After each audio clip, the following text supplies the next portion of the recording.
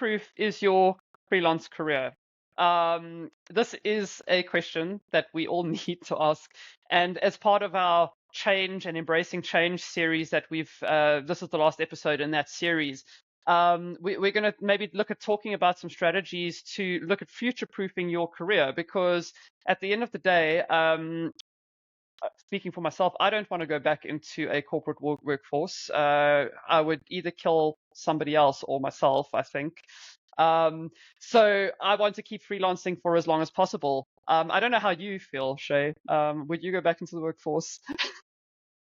And not wear activewear every day. You must be mad. No, thank you. And I think you'll be hard pressed to find freelancers who've been doing it for a while that could ever actually envision being told what to do and when to do it and how to do it and how long to do it. And no, thank you. Yeah.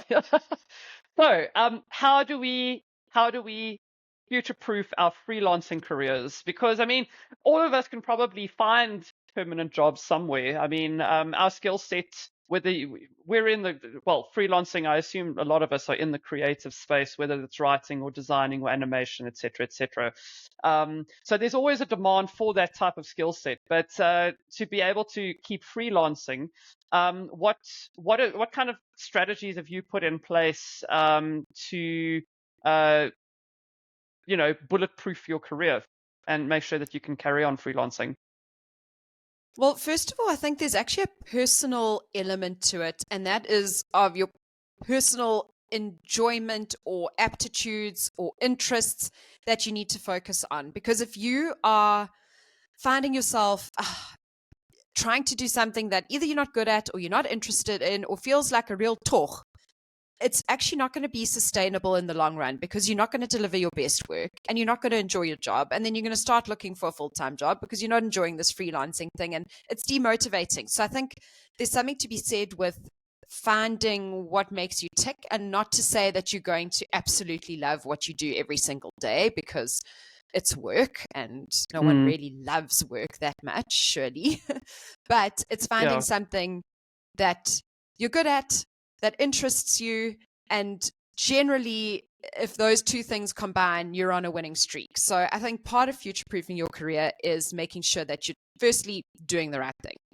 And then the second part, well, I suppose they work concurrently, is making sure that it's something the market wants, because you could be designing, I don't know, the best footwear for ducks, and you could be really interested in it and really good at it. But if no one wants to buy it, you're also not going to be able to create a career of that. So keeping a keen eye on what the market wants. And how do you do that? There is a bit of trial and error involved, for sure.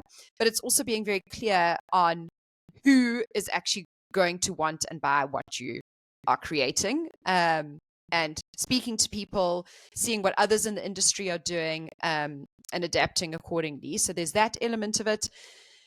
And then once you've got that marketable skill that you enjoy doing, it's a case of continuously learning, refining, so that you're not getting left behind, because this world that we live in moves so fast. So, I mean, for example, I used to, and I can't believe it when I look back now, I used to do social media management.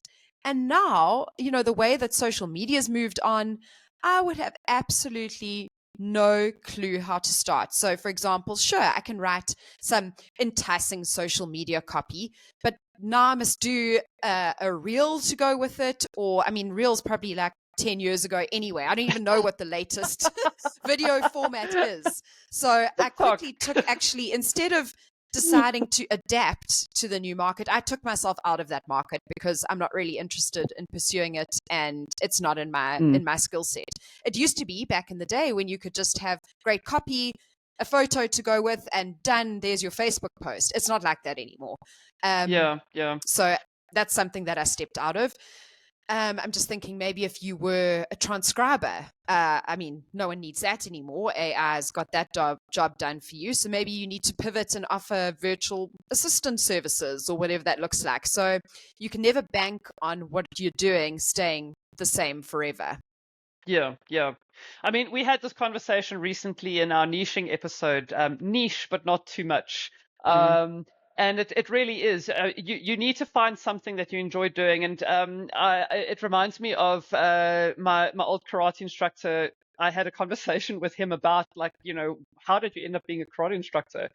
And he's like, don't never do what you're passionate about. Find a passion for what you're doing. Mm-hmm. If you're going to turn something into something that you need to earn money from, you're going to lose your passion for that thing very Mm-hmm. quickly. But if you are really good at something and you can find a passion for doing that, then you're in a stronger scenario, I suppose, to make a go of it. So yeah, I mean, I'm really good at a lot of things, but I can't earn money off of anything. Mm-hmm. Like what you said, like none of that stuff is really income generating. But I am good at writing, and I'm good at extracting information from people. So that is something that I've kind of honed my skills in on, and that's what's earning me money at this stage. But like you say, trial and error. It's a lot of kind of building a skill set, seeing what the market needs, and kind of moving in that direction. Now with AI, we discussed AI in a previous episode.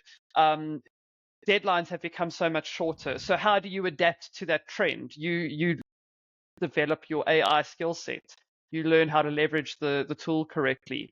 So yeah, always try and upskill in the direction that that the market and your interests kind of are intersecting it. Exactly. So continuous learning is obviously a thing. Where do you go to learn?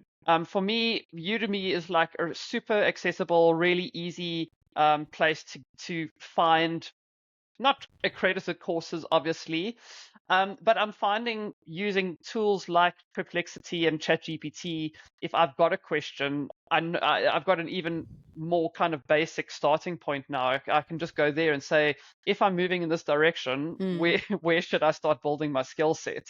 Mm. And from there, you can even refine it even further. So where are you kind of developing your skills? What resources are you using? So a bit of that, like actual, reading, learning. But for me, and I think for a lot of people, learning by doing. So sometimes taking on something that you don't feel 100% confident in, but you know that it's going to force you to upskill. So, I mean, that's basically how I learned SEO. Was I was working as a marketing manager, and I sort of oversaw an SEO agency. And then when I started working for myself as a freelancer, I started offering SEO services, most of which I'd never actually done, but I just did sort of experiment by Google. And, if someone asked, can you do this? I'd say, give me 1 second, and then quickly Google and give them an answer. So, and from there, it's become an interest of mine. And now I sign up for different SEO newsletters so that I can stay up to date. So, if there's a particular niche that you have, setting up a Google alert, so that you're staying current with what's going on in the industry. And that's how I stay up to date now. There's some, great companies out there that push out the latest changes and now the new adaptations to AI, which I still need to actually get to and upskill myself with. So, I mean, isn't it amazing that we live in this information age where this stuff is available to us and a lot of it is for free? It's Yeah, incredible. Um, it's amazing. it's amazing. Like, It's amazing. if you've got I the do internet, what's your excuse?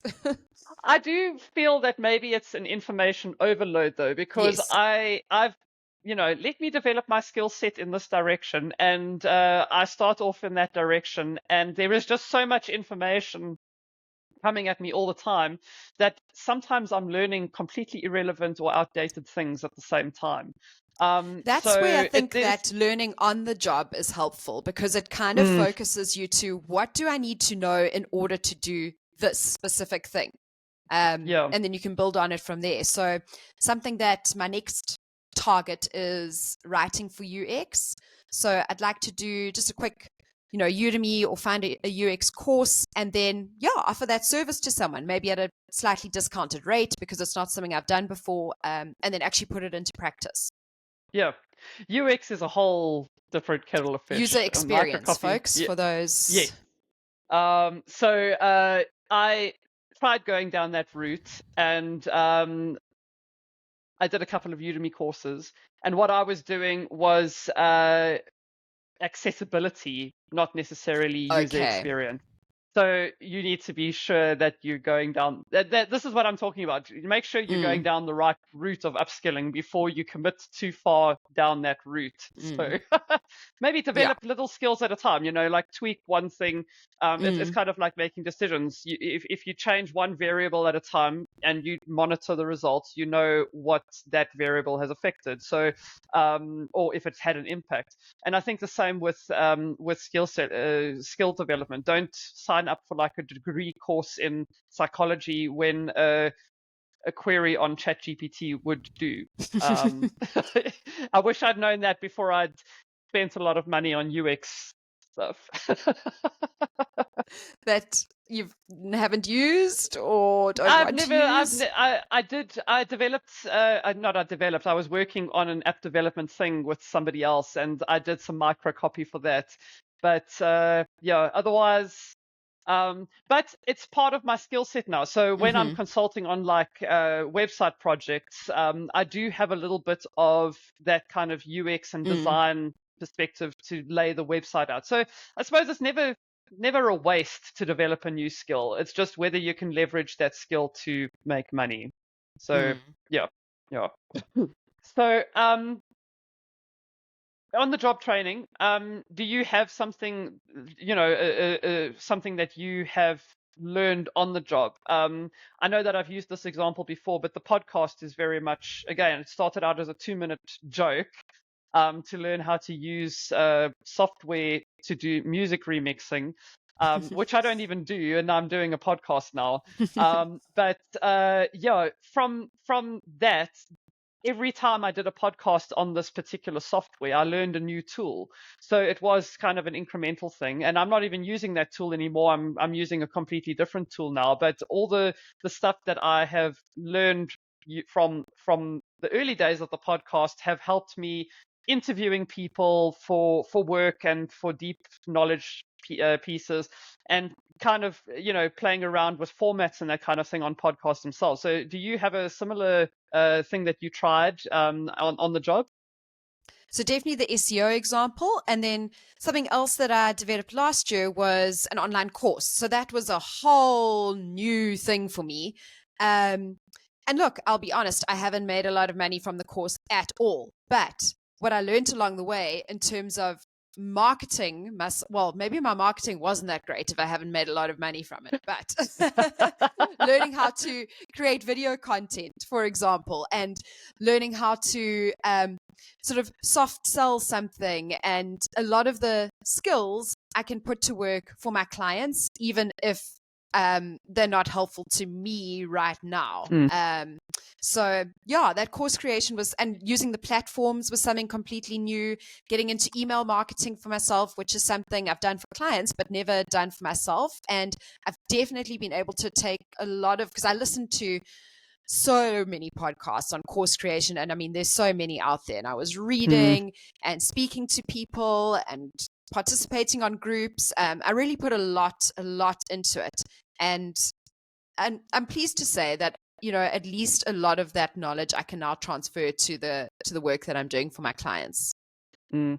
I think that's probably like a consolation prize, because you Yes. get married to your ideas, and it's really disappointing when they don't work out the way you had envisioned, especially when you've put so much in. I mean, I know how much work an online course is to create, but at least you've got some skills now to Yes. apply to the client work. So I think that that's probably a good way to look at upskilling, is even if the thing that you're working towards doesn't work out, you're probably still gaining some really valuable skills. Yeah, agree. Yeah. Well, that's what I'm You telling guys, listen. myself anyway. That's my story, and I'm sticking Yes, to it. well, you have to, because we Uh, need to keep ourselves sane somehow. Yeah. You guys, the audience, the listeners, viewers, wherever you're listening or watching this, what skills have you developed and how has it helped you? Did you do it on the job? Have you done courses that you found were really good? Please tell us in the comments. Pop us a DM on social media as well. And while you're here, don't forget to subscribe, whether you're listening on your favorite streaming platform or watching on YouTube. And yeah, we'll be back next month with a whole new selection of podcasts on a topic to be determined. Looking forward to it.